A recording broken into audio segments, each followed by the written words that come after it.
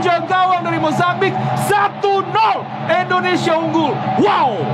Iya, ini awareness-nya luar biasa nih Ole ya. Awareness-nya luar biasa. Dia tahu tidak dalam posisi offside. Ya, saya pikir ini adalah pemahaman.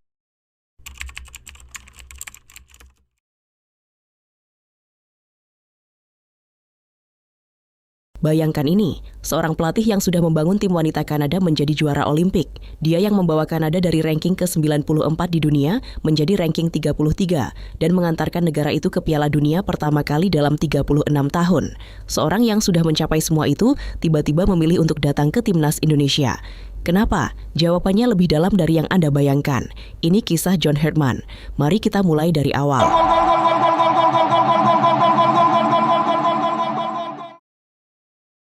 Jika saya bilang bahwa pelatih timnas Indonesia sekarang pernah diusir dari sistem kepelatihan Inggris, Anda mungkin tidak percaya. Tapi itu adalah kenyataan. John Herdman lahir di Consett, County Durham, Inggris pada 19 Juli 1975. Dia bukan pemain bola elita, tidak ada pengalaman bermain di level atas. Dia memilih untuk menjadi akademikus terlebih dahulu, menempuh pendidikan tinggi, dan menjadi dosen dalam ilmu olahraga di Northumbria University pada tahun 1990. Tapi di Inggris, sistem kepelatihan pada saat itu sangat tertutup. Herdman sendiri pernah mengungkapkan dalam sebuah wawancara bahwa dunia sepak bola Inggris pada era itu terasa seperti klub eksklusif.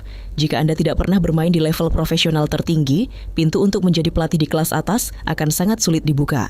Sistem lama, eksklusif, dan tidak memberikan kesempatan kepada orang-orang di luar lingkaran itu. Pada waktu itu, Herdman bekerja sebagai pelatih pengembangan di Akademi Muda Sunderland AFC. Dia melihat bakat muda, membimbingnya, tapi jalan karirnya terasa terhambat. Herdman tahu dia harus keluar dari sistem itu jika ingin mencapai sesuatu yang lebih besar, dan keputusan terbaik dalam hidupnya muncul ketika dia berusia 26 tahun. Pada tahun 2001, Herdman membuat langkah berani. Dia pergi ke Selandia Baru sebagai Regional Director untuk Federasi Sepak Bola Selandia Baru. Ini adalah momen ketika semuanya berubah. Dia tidak hanya meninggalkan Inggris, dia meninggalkan semua yang familiar, semua koneksi, semua kenyamanan sistem yang menolaknya. Di Selandia Baru, dia menemukan kebebasan untuk berkreatif, untuk membangun visi. Dia bekerja di semua level, dari akademi hingga pengembangan nasional. Dan pada tahun 2006, dia menerima penawaran yang akan mengubah karir internasionalnya, menjadi pelatih tim nasional wanita Selandia Baru. Dari tahun 2006 hingga 2011, Herdman memimpin tim wanita Selandia Baru. Pencapaiannya luar biasa. Dia membawa tim ke Olimpik Beijing 2008. Dia membimbing mereka melalui Piala Dunia 2007 dan 2011. Tetapi yang lebih penting dari trofi adalah budaya yang dia bangun. Herdman tidak hanya melatih sepak bola, dia membangun sistem. Dia menciptakan apa yang disebut Whole of Football Plan, sebuah pendekatan holistik untuk mengembangkan sepak bola dari grassroots hingga level nasional. Ini adalah inovasi yang mengubah cara Selandia Baru memandang pengembangan pemain dan organisasi sepak bola. Prestasi ini tidak luput dari perhatian Kanada. Pada tahun 2011, Federasi Sepak Bola Kanada melihat apa yang telah dilakukan Herdman. Mereka mengajukan tawaran menjadi pelatih tim wanita Kanada. Itu adalah pintu kesempatan besar. Herdman menerima. Keputusan itu mengubah sejarah sepak bola Kanada. Di Kanada, Herdman mengalami masa puncak karirnya. Dia datang ke sebuah program yang sedang mengalami masa sulit. Namun dalam 7 tahun sebagai pelatih wanita, pencapaian Herdman sangat mengesankan. Tim Kanada meraih medali emas di Pan American Games 2011 dengan mengalahkan Brasil di adu penalti. Mereka meraih medali perunggu di Olimpik London 2012 dan lagi di Olimpik Rio 2016. Di Piala Dunia 2015, Kanada mencapai babak perempat final, sesuatu yang sangat jarang bagi tim sepak bola Amerika Utara. Tapi cerita Herdman dengan Kanada tidak berakhir dengan tim wanita. Pada tahun 2018, Kanada membuat keputusan yang mengejutkan banyak orang. Mereka mempromosikan Herdman untuk menjadi pelatih tim pria nasional. Ini adalah langkah yang berani karena tim pria Kanada sedang dalam keadaan yang sangat buruk. Ranking FIFA mereka terjatuh ke posisi ke-94 di dunia. Tim ini dianggap sebagai outsider dalam setiap kompetisi. Namun Herdman melihat potensi yang belum tergali. Apa yang terjadi selanjutnya adalah kisah transformasi yang menakjubkan. Dalam kurang dari 4 tahun, Herdman mengubah cara Kanada bermain sepak bola. Dia tidak hanya fokus pada taktik, tetapi juga pada budaya tim, mentalitas, dan cara pandang pemain terhadap diri mereka sendiri. Dia menanamkan kepercayaan pada sebuah negara yang selama bertahun-tahun tidak percaya pada sepak bolanya. Hasilnya berbicara sendiri. Pada tahun 2022, tim pria Kanada lolos ke Piala Dunia Qatar. Ini adalah Piala Dunia pertama Kanada dalam 36 tahun. Bukan hanya itu, Herdman juga mengangkat ranking tim dari ke-94 menjadi ke-33 di dunia. Ini adalah peningkatan yang spektakuler. Herdman menjadi figur legendaris di Kanada. Dia bukan hanya pelatih, dia adalah pembangkit kembali sepak bola Kanada. Namun perjalanan Herdman tidak berhenti di sana. Setelah kontraknya dengan Kanada berakhir, dia menjadi pelatih Toronto FC, sebuah klub Major League Soccer.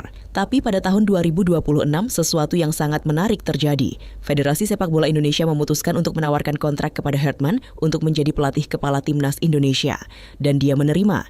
Ini adalah pertanyaan yang selalu muncul. Mengapa? Mengapa seorang legendaris pelatih, seseorang yang telah mencapai kesuksesan internasional, yang telah membangun program dari nol, yang telah meraih medali Olimpik dan membawa negaranya ke Piala Dunia, memilih untuk datang ke Indonesia? Jawabannya bukanlah uang, bukanlah sekedar kontrak 2 tahun. Jawabannya adalah misi. Hartman adalah seorang coach yang percaya pada proyek jangka panjang. Dia tidak hanya tertarik pada kesuksesan jangka pendek, dia tertarik pada transformasi. Ketika dia datang ke Indonesia, dia memiliki visi yang jelas. Dia tidak berbicara tentang kemenangan musim ini atau trofei tahun depan. Dia berbicara tentang Piala Dunia 2030. Ini adalah obsesinya. Dalam berbagai pernyataan setelah diperkenalkan sebagai pelatih timnas, Hartman mengatakan bahwa target membawa Garuda ke Piala Dunia 2030 adalah obsesinya setiap hari. Ini bukan sekadar kata-kata motivasi, ini adalah visi sejati. Hartman melihat Indonesia sebagai negara dengan potensi besar, dengan populasi yang masif, dengan passion untuk sepak bola yang luar biasa. Tetapi dia juga melihat bahwa sistem, struktur, dan pendekatan belum optimal.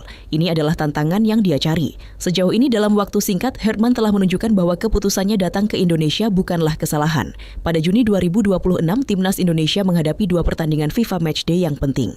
Yang pertama melawan Oman pada 5 Juni 2026. Hasil, Indonesia menang 3-0. Kemenangan yang sangat meyakinkan melawan tim yang dalam ranking FIFA berada di atas Indonesia. Ini bukti nyata bahwa ada perubahan dalam cara bermain timnas. Pertandingan kedua melawan Mozambik pada 9 Juni 2026, Indonesia menang 1-0. Kemenangan yang diraih melalui gol dari Ole Romeni. 2 kemenangan dalam 2 pertandingan, 2 lawan yang secara ranking lebih tinggi dari Indonesia. Ini menunjukkan bahwa Hartman tidak datang dengan janji kosong. Dia datang dengan rencana nyata.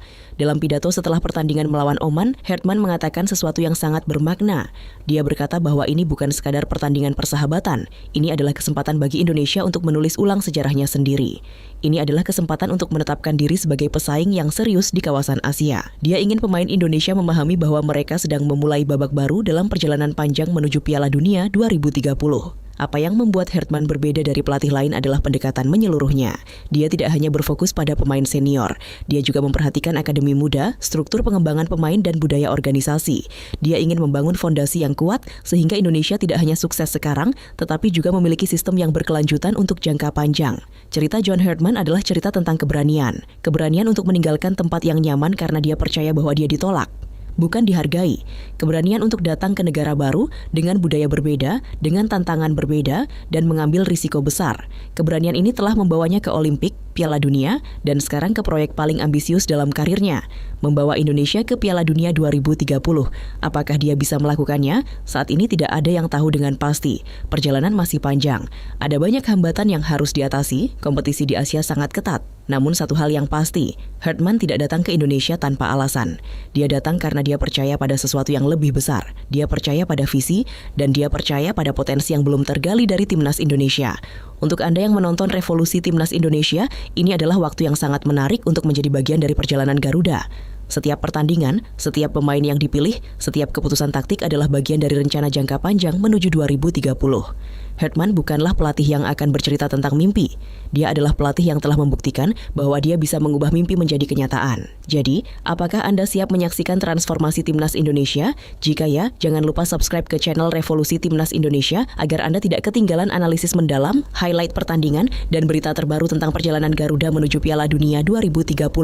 Terima kasih telah menonton, sampai jumpa di video berikutnya.